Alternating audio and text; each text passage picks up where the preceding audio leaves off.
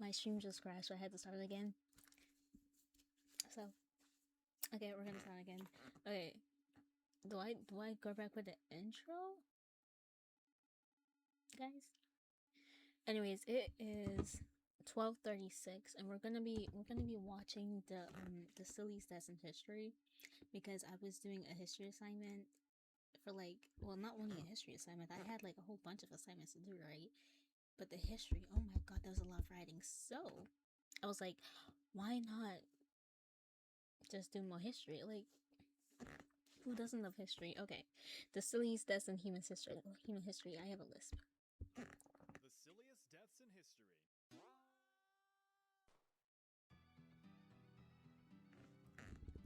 Sometimes it's your own pride that can get the best of you. This is Hans Steininger, and this is his beard. Hey, my eyes are up here. Looking like the wisest wizard in the world, Hans was a public spectacle in the 16th century and also a well-respected politician. Cause, I mean, come on, who are you gonna vote for? Majestic and marvelous beard boy Hans, or the lame and lackluster clean-shaven Franz? Und that is how I will be lowering taxes while simultaneously providing affordable health care and housing for all. Alright, but where's your beard? I don't have one.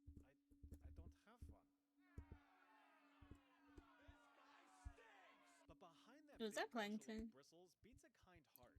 One that legitimately cared for his town and its people. So much so that Hans was elected as mayor for 6 consecutive terms for the town of Braunau am Inn, a town that resides on the border between modern-day Austria and Germany. It's also the birthplace of another famous facial hair haver, albeit far less loved by history, but that's another story. Measuring in at over 4.5 feet in length, Hans's big-ass beard was his defining feature. Wait. It was certainly Wait, hold on. I'm 4'7", guys. I'm 4'7", so I'm low-key taller. I'm low-key taller. a testament I'm so to happy. his patience and care in many aspects in his life. If you can brush your beard, you can untangle legislative issues. If you can oil up your whiskers, you can lubricate the political machine. You It always goes gotta without stay saying oiled up, that though. cosmetology and Always political gotta stay science oiled are of up. equal value, at least from a college degree standpoint. However, Hans's biggest asset would be his downfall, quite literally. On September 28th, 1567, a fire broke out in the town, which was a much bigger threat back then than it is today. Since the extent of firefighting tactics were just pathetic pails of water, a single small fire could reduce your whole town to cinders real quick.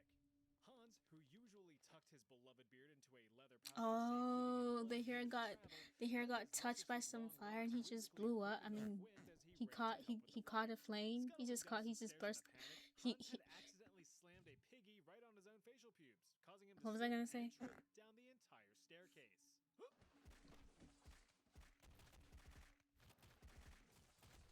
He snapped his neck, and the town was devastated. Oh, Not by the fire, but by I the loss of their beloved mayor. Before being buried, low-key thought he caught on fire, but you know how sad it is for them to be like, oh yeah, the entire building was on fire, but that is not how he died. No, he slipped and fell off the stairs. Like he just fell down the stairs. Like I knew you were old, but the that's what my townsfolk grandmother had be Hans's doing. beard gently My removed grandmother's. and chemically preserved, immortalizing his legacy. The forever facial hair is still on display in a museum in the town today. That's He always nasty. goes his piss, though.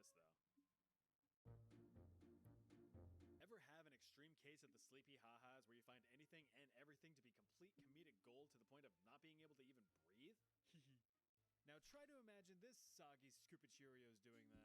This is Chrysippus, a rather influential Greek Stoic philosopher in the 3rd century BC.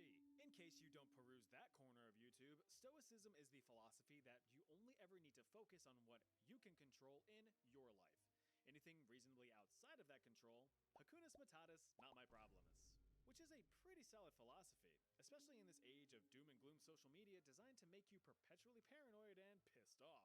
Chrysippus was also a huge proponent of logical reasoning, having created an original system of propositional logic, stuff like if, then, and or statements that we use to describe the world around us today. For example, if you are not subscribed to this channel, then you're dead to me. Simple logic. The basic idea is that any and all things You guys should also go subscribe to my channel, because you're dead to me too. happen for a reason.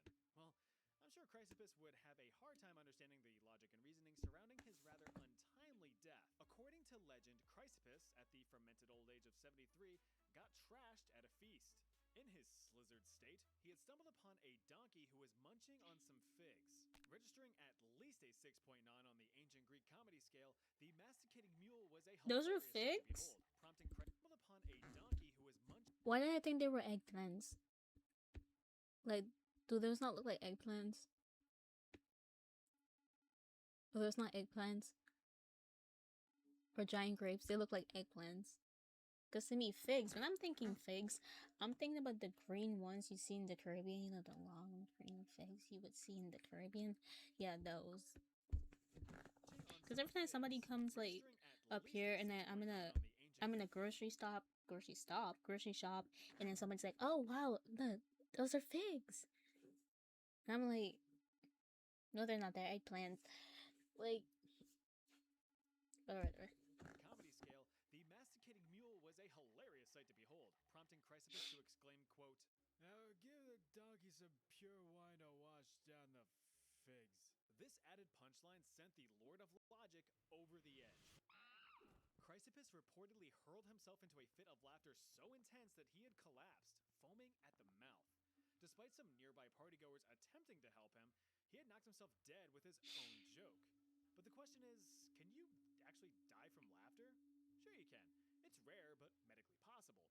If you laugh your ass off to the point of it being an uncontrollable fit, that actually. Oh, you know they used to torture people like that back in the the den of the days. What's it called? You know what I'm talking about, right? Yeah, they used to take a feather, right? Pluck a feather off of a chicken, a dove, or some kind of bird, right? Take the feather, right? Then you have your feet, right? They're gonna hold your feet. Take the feather and just start tickling your toes with it till you die. That's about where to go. But A lot of stress on your heart. So if you have a weak heart, you're probably going to exacerbate some underlying conditions, leading to a heart attack. You also have the possibility of losing consciousness if you laugh yourself out of breath for long enough. But you have to hear or see something exceptionally funny for that to happen, so don't worry, you're safe here. Now, of course, this recount of events is debated by historians. The guy who documented this particular death was ancient Greek biographer Diogenes Laertius, who lived a few hundred years after Chrysippus' death, so he was far from an eyewitness. Diogenes nuts! On top of that, he also wrote an alternative, more mundane account of the comical death, simply writing that Chrysippus died of alcohol poisoning after drinking too much undiluted wine, but I guess he needed to spice some things up for his readers. If there was ever proof that the universe has a cruel sense of humor, then it's the curious case of American lawyer and politician Clement Vallandigham. Howdy. Though he resided in the Union state of Ohio during the mid-1800s, Clement was adamantly against the Civil War, calling it, quote, a wicked, cruel, and unnecessary war. Which is fine, but being a member of the Copperhead faction of the anti-war Democrats, Clement was a very vocal Confederate sympathizer, speaking out against President Lincoln and the abolition of slavery, to which Lincoln was all, and sent him to the South to live amongst his Confederate companions in 1863.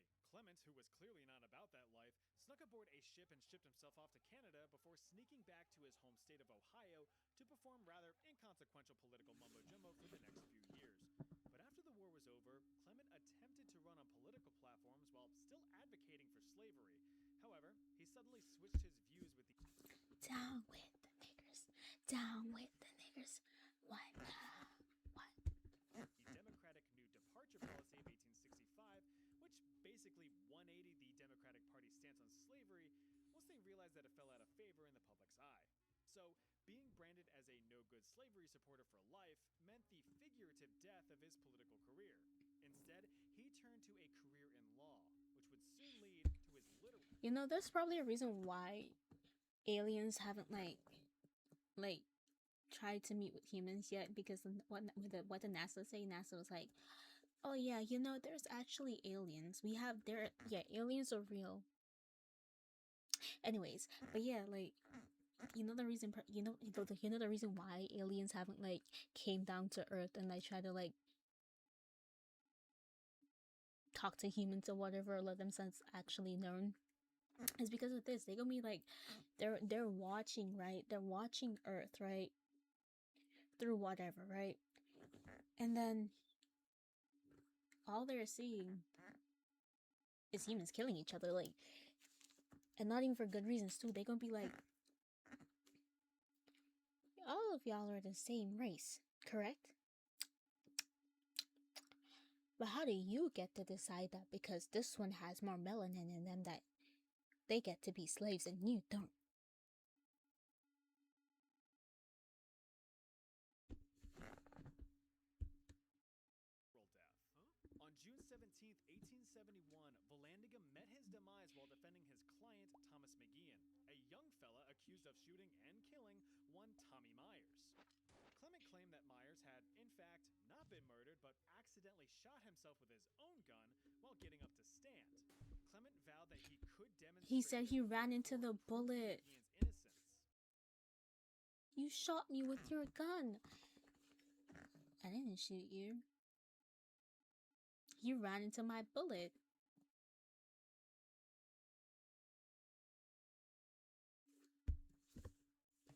And so he did.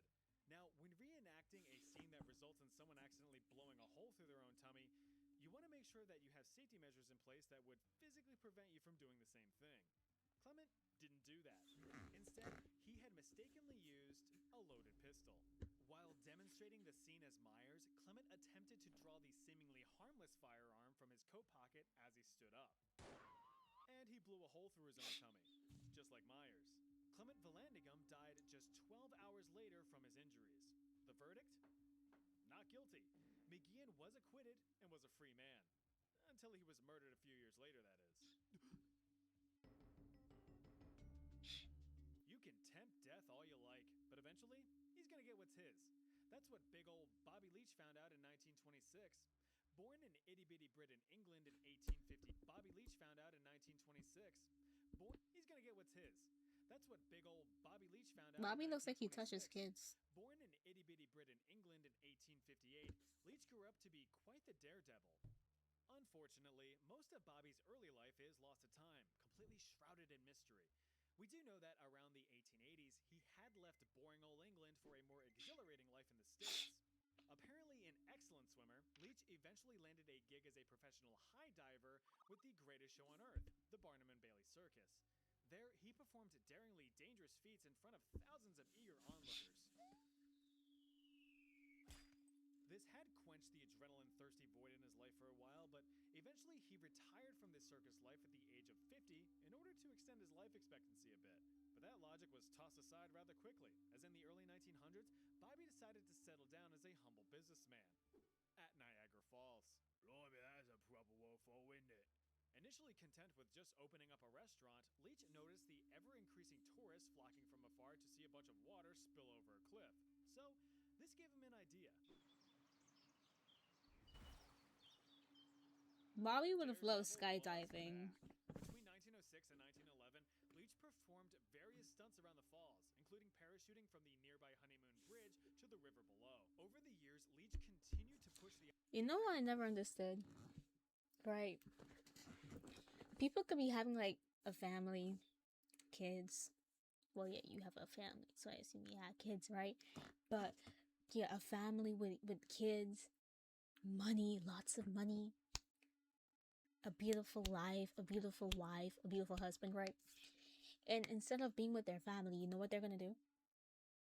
Cave diving, skydiving, jumping off of Niagara Falls. Why are you trying to jump off of Niagara Falls though? Like, what's so good about Niagara Falls? Like, sure, the view is great, but you don't have to jump off of it, no? Like, just stand there like everybody else and watch the view. Like, it skydiving cannot be that good for everybody to be like, oh yeah, so I have a lot of money, I got family with kids, let me go skydive and kill myself. Like, come on. envelope, coming up with more and more dangerous stunts to draw larger and larger crowds. Eventually, he faced his biggest challenge, the falls themselves. And some people be like, I'm seeing videos on TikTok, people, right? People on the edge of, I think, Niagara Falls or whatever waterfall, on the edge, and they're laying there taking pictures. Like bro, like not like not if, like they over here acting like if they don't want one little soup and they're not gonna fall and die. And on July Whatever 25th, for the gram, I 1911, guess. entombed in a customized giant metal barrel, Leach took the plunge Nigga plunged inside and of a survived. rocket. Sure, he had gashed his forehead, broken his jaw, and all of his kneecaps, but he was still kicking. And he's gonna Leach go do that became the again. second person to survive the trip, right behind 63-year-old Annie Taylor. I was about to say that. The barrel. Became the second person to survive the trip, right behind 63-year-old. But I thought she died though, because I was thinking about this one scene in Barbie. I think that was the scene in Barbie where they had like an entire thing of glitter. I don't know, because like there was a glitter waterfall and there was a shard of I don't know, but there was a whole ton of glitter, and then there was this like a barrel, and I think it was like supposed to be like a waterfall, and they were inside the barrel, right? I think it was Stacy inside the barrel, and they went barrel surfing. I think I don't know if that's what I'm thinking about. Annie Taylor. But I After heard about her. recovering in the hospital for I several thought she months, died. Leach became a celebrity. Over the next several years, he had plans to make a second bound over the falls, but it Yep. never came to be. Why? Well, because in 1926 he went and slipped on a dang orange peel, snapping his leg in half, which went and got infected with gangrene, ultimately Oh. killing him a few days later. So he jumped off of Niagara Falls just to slip on an orange peel and die. Oh. Remember that death always gets the last laugh. Having served the shortest presidential term in United States history, you know something must have gone down. Well, it was President William Henry Harrison's health bar. The withering president had a pretty impressive career before assuming office. He enlisted in the U.S. Army in 1791 at the age of 18 and quickly rose through the ranks, serving in the American Indian Wars, which sought to expand U.S. territory further west against native tribes, which they did. Satisfied with his service, Harrison decided to retire from the military at 25 and toss his hat in the ring for a career in politics. Recognized for his leadership skills on the battlefield, then President Guy John Adams gave Harrison control over the territory of Yo, Indiana. you know everybody there had lice. Look at that. Laced. That's laced up. Especially with those white powdered wigs they be wearing. That's just lice. Total laced. With the They've been goal of laced up. expanding that territory for statehood eligibility. One consequence of this territorial expansion was the Battle of Tippecanoe in 1811, which only further displaced natives from the area in order to allow more settlers to, well, settle. This success Let me cemented guess, they placed a Harrison's McDonald's legacy there. as Indiana would eventually become its own state in 1816. But leading military campaigns from afar, that's boring as shit. Harrison missed being in the middle of the action, so he came out from his military retirement to fight in the War of 1812, serving as a major general. See what I be talking about? People would have like people would genuinely genuinely have like the best life out of like, you know, and they gonna be like, no, where's the adventure, where's the adrenaline, I need more, like, and they and then they go jumping off of cliffs, cave diving, like, For the U.S. Army against the smelly redcoats, who weren't too happy seeing the U.S.'s throbbing expansion. A bunch of people died, and the war ended in pretty much a stalemate. But the outcome solidified the U.S. as a world power, being able to at least defend itself from a wait, am foreign I power. lagging? This really boosted national morale and pride. Why do I With feel no like I'm restrictions lagging? put in place, the U.S. just kept on manifesting that destiny in the coming years. Now back in a time of peace and having successfully satisfied his war boner, Harrison fell back into politics, serving in the House of Representatives, the Senate, and eventually running for president. His opponent was 8th President Martin Van Buren, whose first term experienced an economic depression with the Panic of 1837. Hey, I Van know Buren's him. first term experienced an I was economic legit depression. in my history class today. I remember I remember your last name. Was that not in the 1920s? Am I tweaking? Or is that somebody else? Cause I was focusing on the Roaring Twenties. Am I tweaking? With the Panic of 1837. there over a month before he was even in office. The economy stagnated, unemployment rose, and the people were properly pissed. So it's no surprise that when seeking re-election, it was now Harrison who would be the favorite to win. Harrison won in a landslide, 234 electoral votes to Van Buren's 60. But that wouldn't matter in about a month. Elected in 1841 at the age of 68, Harrison was getting on in his years. Either a stubborn old goat or a complete idiot, he had the habit of being extremely underprepared for the weather. For example, he delivered his inaugural speech in the bitter cold and rain for 2 hours straight, with no overcoat or weather-appropriate clothes. Connected with the subject is the character of the currency. The idea of making it exclusively metallic, however well-intended, appears to me to be fraught with... this is gonna suck. Harrison continued to endure exposure to the elements over the next few weeks, eventually contracting a deadly case of pneumonia. Despite his doctors jacking him to the tits with drugs and relying on good old-fashioned bloodletting, Harrison died on April Good old-fashioned bloodletting. Exactly 1 month after being elected.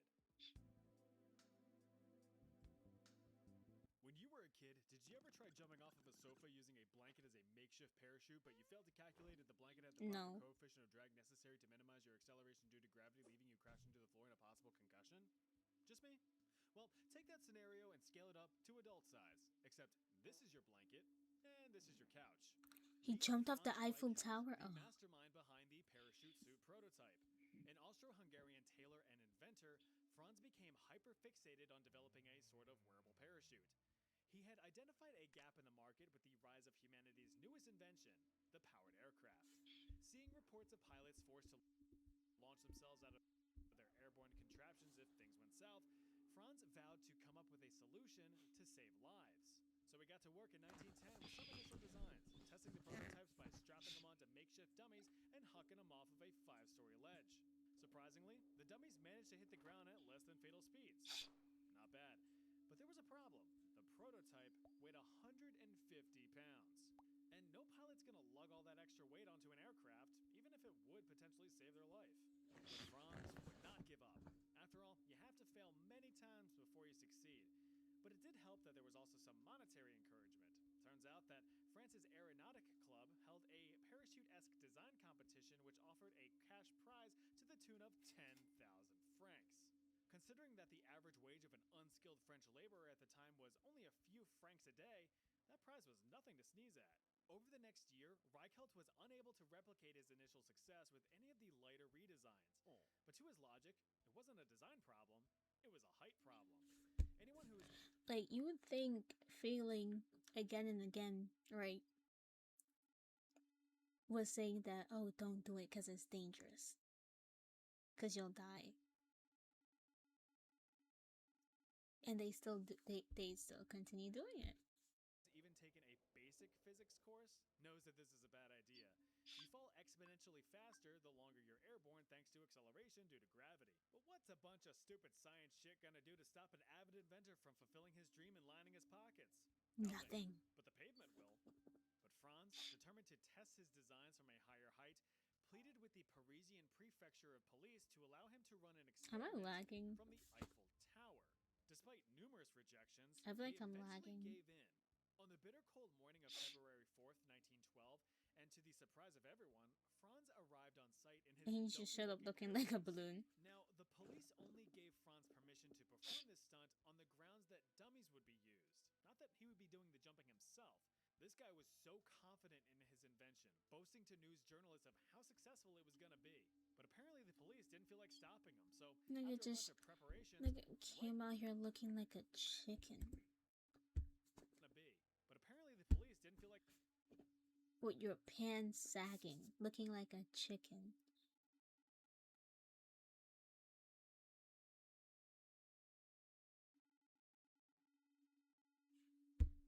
stopping him. So after a bunch of preparations, Reichelt made the leap, but his parachute suit failed to properly deploy. And so he fell. Plummeted 187 feet to his death. Got turned into spaghetti. Dent in the cement. And so ends another silly video. I'm going to be making a part 2 to this sometime soon, so subscribe to see that in the near future. In the meantime, I think you're going to like this video here. Go watch it. I'll Alright, guys, that was the silliest deaths in history. I think I was lurky, um, um, um, lagging a bit. I don't know why, but I think I was. So I will have to fix that. But hey, thank you for watching, even though it's late.